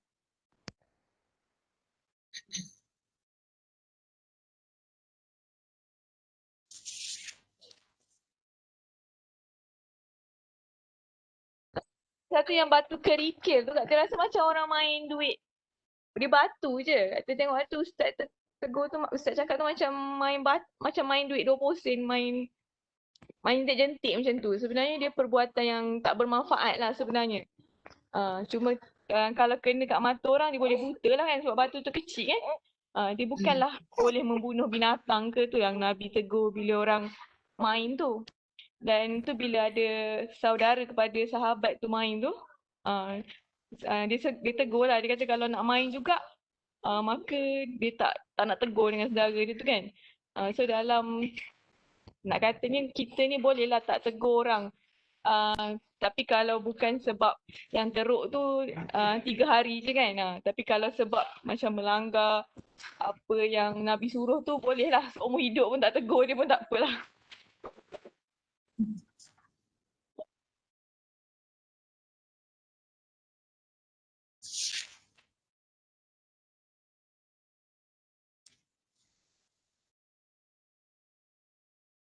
Ada lagi hadis yang mana-mana yang kita nak tambah ataupun nak beri penerangan, jelasan?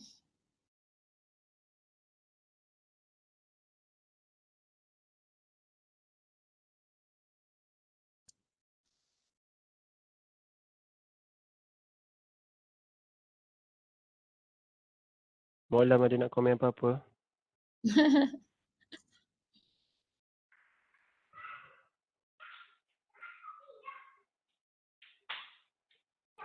Yang satu lagi yang pasal masa hadis yang nombor berapa baca tadi, yang panjang juga tu, yang kata yang apa ni, kaum Nabi Muhammad SAW yang akhir ni ada selepas Rasulullah wafat, ada yang murtad kan.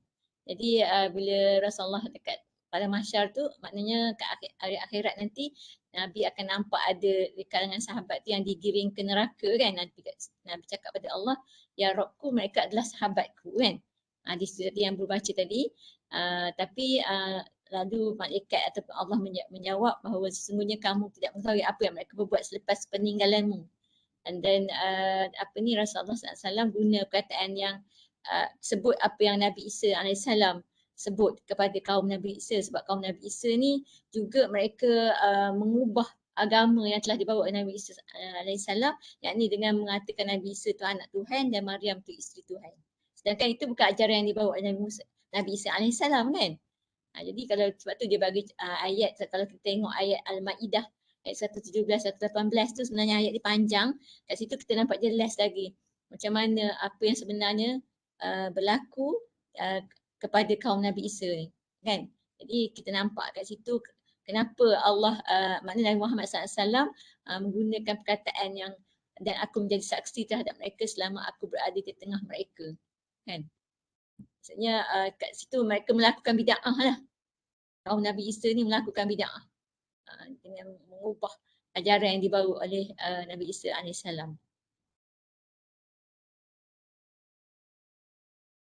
Jadi kaum sahabat Nabi Muhammad pun yang murtad tu pun kita tahulah selepas Nabi Muhammad wafat, mereka tak bayar zakat contohnya kan. Dan mereka ikut ajaran-ajaran yang dibawa oleh Nabi palsu tu kan. Ikut Musalamah Al-Kazab. Adalah mereka, jadi sebab tu mereka jadi murtad. Jadi bawa ajaran yang tak betul lah.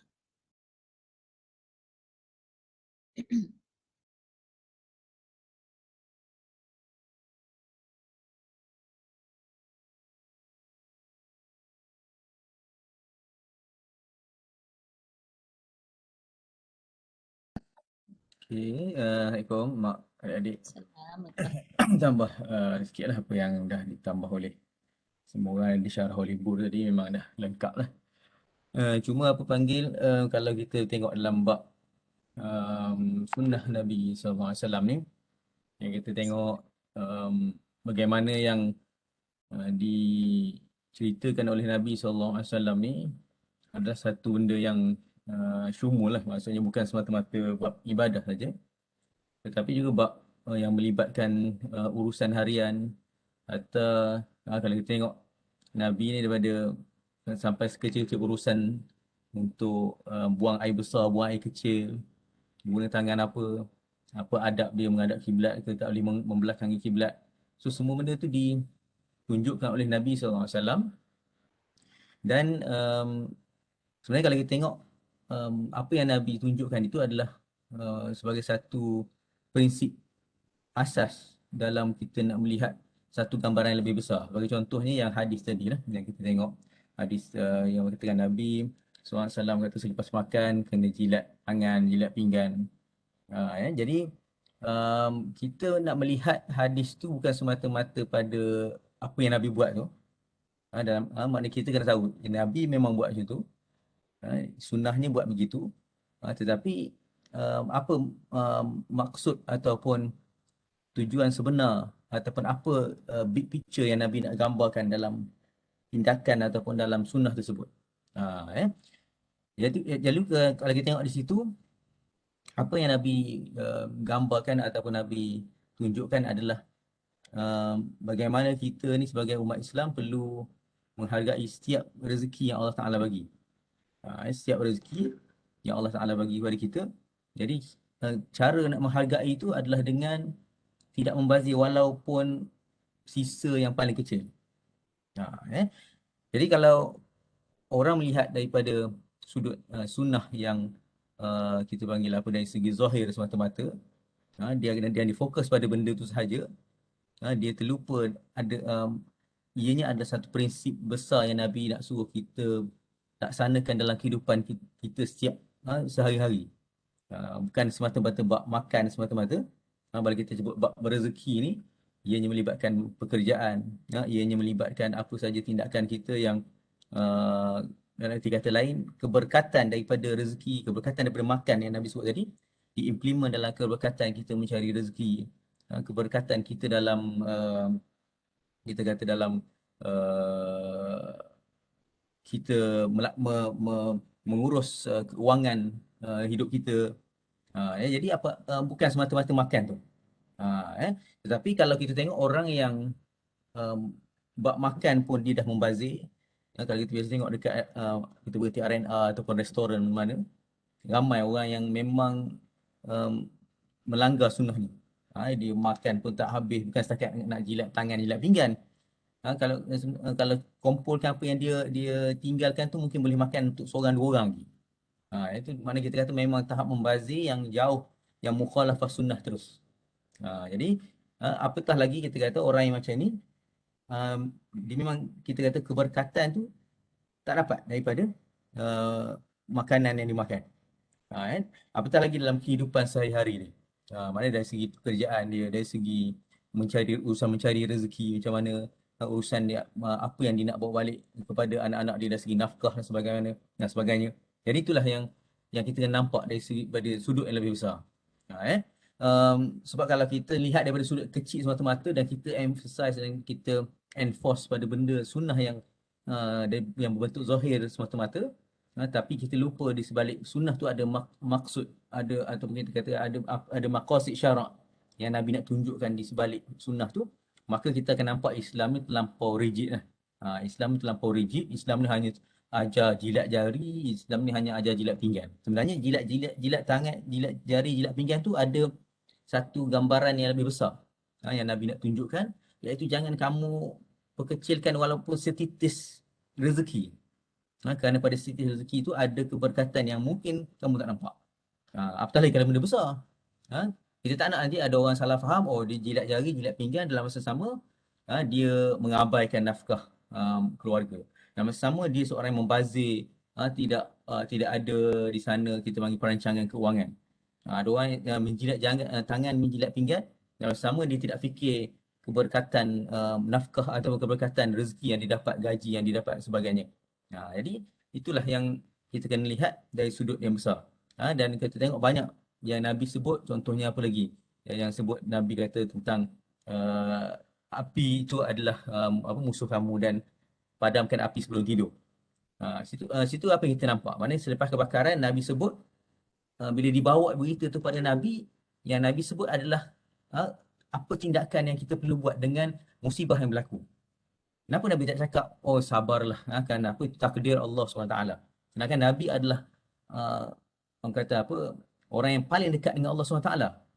Tapi kenapa Nabi cerita pasal isu teknikal ni? Kenapa Nabi tak nak cerita pasal supaya orang ni redha, sabar pada semalam terbakar tu redha je lah. Nanti kita Allah ganti dengan syurga. Kenapa Nabi cakap suatu benda yang mana boleh yang Nabi cerita tu adalah satu sunnatullah yang mana para sahabat yang lain yang belum kena tu sepatutnya mengambil pengajaran dan tidak supaya tidak berlaku kebakaran yang sama. Jadi kat situ tu yang kadang-kadang yang susah nak dilihat oleh orang yang semata-mata melihat pada teks ni. Dia baca teks, dia kata okey, Nabi nak macam ni je. Nabi nak macam ni. Dia terlupa di sebalik apa yang Nabi sebutkan, apa yang Nabi tunjukkan itu adalah satu attitude yang Nabi nak tunjukkan. Adalah satu prinsip kehidupan. Jadi, dan benda ni kalau silap faham ataupun tak diambil intipati daripada hadis tersebut, dia akan nampak Islam ni sangat-sangat jumuk. Orang ada musibah, kita suruh sabar semata-mata. Tanpa di sana ada kita datangkan dengan solution, datangkan dengan macam berkata risk management, dan kita datangkan dengan cadangan-cadangan yang menghalang musibah tersebut daripada berlaku sekali lagi. Sebab apa kita tak nampak macam tu? Sebab apa kita nak nampak bila sebut yang satu benda yang berlaku ni, kita suruh semata-mata sabar dan nanti Allah ganti. Tapi kita tengok Nabi tak buat macam tu dalam semua keadaan. Ada orang mungkin Nabi kalau datang pada dia dengan musibah, Nabi suruh sabar. Ada orang datang pada dia dalam keadaan musibah, rumah terbakar contohnya, Nabi kata padamkan api. Maknanya kita nak nampakkan sebenarnya sunnah ni terlampau besar dan tak boleh difahami dalam ruang lingkup yang sangat sempit. Orang kita suka faham dalam ruang lingkup sempit supaya orang nampak dia ni ahli sunnah ataupun dia ni adalah orang sunnah. Orang sunnah ke orang yang paling mengikut Nabi, orang yang paling rigid ni orang yang mengikut Nabi. Itu dia nak nampak kan. Sedangkan hakikatnya Islam tidak begitu. Dan lagi kita rigid dalam Islam, lagi kita rasa kita ni lebih Islam daripada orang lain, lagilah kita sebenarnya menyempitkan Islam itu sendiri dalam kehidupan kita. Jadi kalau kita nak cerita prinsip ni secara luas, susah juga sebab dia mencakupi banyak isu, mencakupi banyak sudut. Jadi sebab itulah majlis-majlis yang setiap Sabtu macam ni, kita nak tengok sudut-sudut yang mungkin selama ni kita terlepas pandang. Sudut tu bukan sudut kanan kiri atas bawah je. Dia setiap sudut yang sangat halus. Setiap sudut yang sangat halus, kalau kita terlepas pandang dan kita terus melakukan tindakan yang salah berdasarkan kesilapan pandang kita itu, mungkin akan menyebabkan kita akan menganggap kita buat sunnah, tapi sebenarnya kita sedang membuat satu mukhalafah ataupun suatu benda yang bercanggah dengan sunnah. Jadi itulah dalam setiap kali baca dalam sunnah, dalam hadis, sebab itulah para ulama dia meletakkan keperluan untuk dalam kita nak faham hadis, kena faham kaedah bahasa Arab, dan nak faham hadis, nak implement hadis, kena faham usul fiqh. Kena faham usul fiqh. Jadi kita tak boleh melihat hadis dan terus menafsirkan berdasarkan pendapat saya begini, pendapat saya begitu. Kerana dua ilmu ini, iaitu ilmu tentang bahasa Arab, qawaid, nahwu, sarf dan sebagainya, dan juga ilmu tentang usulul fiqh ini adalah ilmu yang memandu ilmu hadis. Ilmu yang kita kata ilmu sebagai ilmu yang menjadi panduan bagi para mujtahid. Para mujtahid, orang yang nak mengeluarkan hukum untuk mengeluarkan hukum. Jadi kalau kita sebagai orang awam, kita perlu merujuk kepada para mujtahid untuk kefahaman yang sebenar. Kalau kita tak faham ataupun kalau kita rasa nak kefahaman yang sebenar, kita kena melihat pandangan ataupun penafsiran daripada para mujtahid. Bukan semata-mata kita baca tak maksud dan kita faham dengan kefahaman yang mungkin silap, berdasarkan daripada prinsip-prinsip asas. Kerana para ulama ni bila dia letak prinsip ataupun konsep ataupun kaedah, makna kaedah tu sebagai satu filter supaya kefahaman kita tu tidak salah. Sebab kalau kita melihat satu layer je, mungkin kita anggap itu adalah yang Nabi maksudkan. Tetapi sebenarnya kaedah, para ulama letak kaedah sebagai satu filter. Ada banyak kaedah untuk melihat hadis ni supaya kita faham hadis ni, faham kehendak Nabi daripada yang berada di sebalik hadis tu. Sebab kalau kita tengok hadis Nabi ni bukan, dia tak boleh difahami secara selapis ataupun secara superficial saja. Kerana apa? Di sana ada banyak asbab wurudul hadis. Contoh yang ni yang kita katakan pada setiap dan hadis ni ada timeline dia. Mungkin pada peringkat awal Nabi cakap begini, dengan pada peringkat akhir Nabi usia Nabi bercakap begini. Kerana apa? Yang pertama tak salah. Yang pertama pada awal kedatangan Islam. Contoh yang kita tengok dalam hadis yang nafalkan daripada Sayyidina Umar tadi. Kenapa Sayyidina Umar kena cerita bahawa batu ni tak ada memberi manfaat dan mudarat?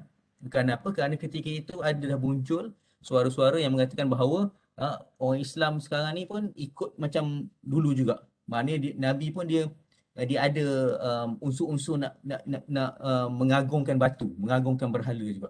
Jadi sebab tu Sayyidina Umar keluar perkataan macam tu. Dia tak boleh ambil perkataan Sayyidina Umar ni untuk implement pada semua benda. Semua benda tak ada manfaat, semua benda tak ada mudarat. Maksudnya ada sebab di highlightkan isu Hajarul Aswad di situ. Kenapa? Kerana ada dah suara mereka yang baru masuk Islam kata ini nampak macam ada unsur-unsur zaman jahiliah juga, macam mengagungkan batu. Jadi keluarlah hadis tersebut. Jadi banyak kalau kita tengok hadis-hadis perlu difaham daripada kita panggil konteks dia. Lepas tu isu teks dan konteks ini satu perbahasan ulama yang sangat panjang dan sangat banyak khilaf. Sangat banyak kita panggil pertikaian dan sebagainya. Nak mengimplementkan teks yang ada dalam hadis kepada konteks yang sebenar. Kalau kita silap implement konteks, maka hadis tersebut akan menjadi satu kita panggil penyebab kepada perpecahan ummah. Sebab tu kalau dalam kelas Ustaz Omar Muhammad Noor yang pertama sekali diceritakan tentang hadis ini, dia menakalkan kalam Sufyan bin Uyainah. Dia mengatakan bahawa ilmu hadis ni adalah padang yang menyesatkan. Kita tengok betul ke kenapa Sufyan ibn Uyainah tabi'in sebut macam ni. Hadis adalah ilmu ataupun padang yang menyesatkan. Kecuali bagi orang yang fuqaha. Kecuali bagi orang yang pandai nak istinbat hukum, yang pandai nak menilai, nak filter hadis, yang pandai nak melihat teks dan mengimplementkan teks hadis kepada konteks yang sebenar. Jadi sebab itulah kita dalam ilmu ni kita kena banyak merujuk kepada para ulama. Kita kena banyak melihat kepada kefahaman para salafus soleh, kefahaman mereka yang kita panggil yang menerima ilmu ni mengikut silsilah, bukan orang yang terputus silsilahnya ataupun orang yang semata-mata bercakap berdasarkan pandangan peribadi ataupun mengikut hawa nafsu. Sebab itulah kita kena kenal siapa rijalul hadis, siapa orang yang dirujuk dalam bidang hadis ni, siapa orang yang kita panggil orang yang berkeahlian dalam bidang ilmu tertentu. Jadi itulah sedikit kita panggil reflection lah untuk bila kita sebut tentang bidang hadis ni, dan insyaAllah sama-samalah kita cuba untuk ambil manfaat daripada perkongsian setiap hari Sabtu ni, yang insyaAllah akan membuka minda kita lah untuk melihat hadis ni dalam konteks yang lebih luas, konteks yang kita panggil yang lebih praktikal, bukan konteks yang sempit, bukan konteks yang nak limitkan sesuatu benda itu kepada penafsiran yang sempit ataupun penafsiran peribadi semata-mata. Jadi rasa cukup untuk sekadar itu. Allah Ta'ala alam. Buat apa? Okay, jazakumullah khair. Long, insyaAllah. Alhamdulillah, panjang lebar penerangan Long tu buat kita lagi rasa banyaknya ilmu yang kita kena tahu. Subhanallah.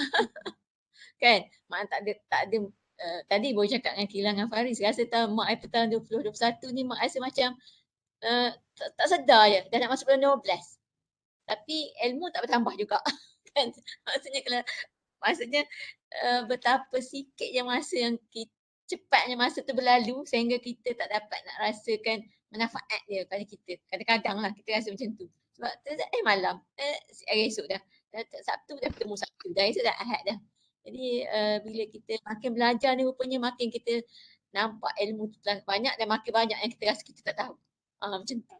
Kalau kita tak belajar kita rasa macam kita tahu je banyak benda.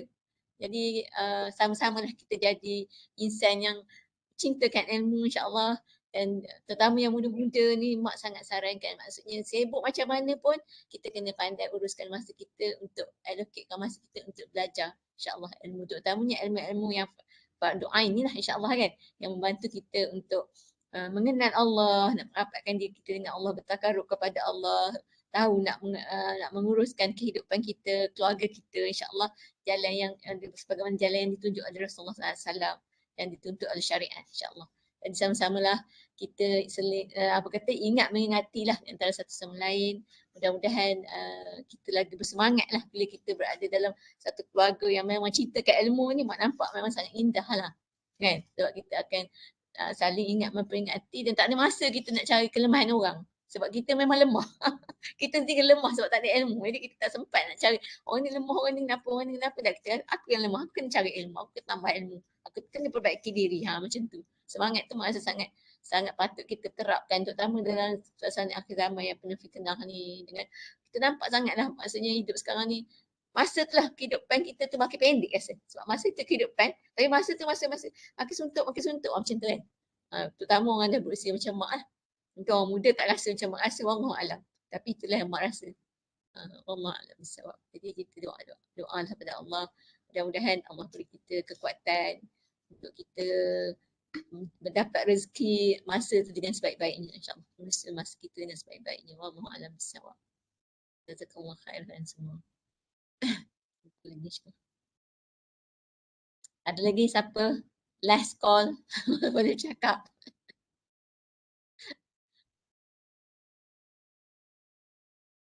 Adik, senyap je. Kalau sikit dengan Muazzam, benda cerita. Pergi hospital tu. Dia kat rumah tu rasanya. Dia kerja Ah. siang lah.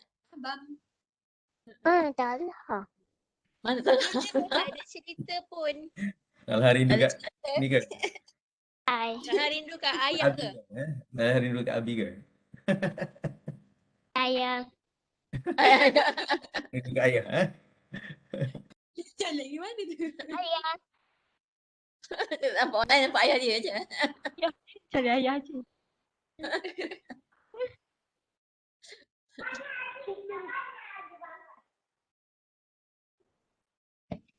Sihat belakang ya Nazri, sihat. Syafiq.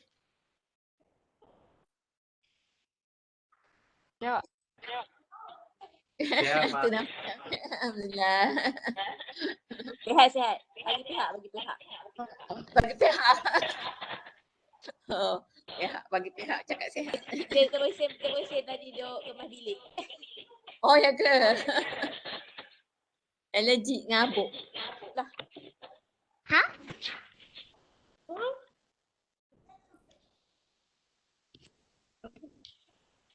Kak Long, sihat Kak Long? Kak Long start kerja? Esok-esok insyaAllah. Sihat Mak Alhamdulillah. Ya, Alhamdulillah. Itu Naila hantar kat mana? Apa pengasuh? Tak tahu, tak fikir lagi. Tak fikir. InsyaAllah ada jalan pada saya.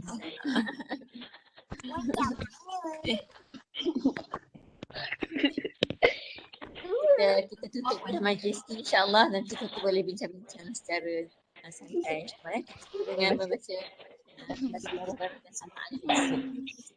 InsyaAllah. Bismillahirrahmanirrahim. Subhanallah.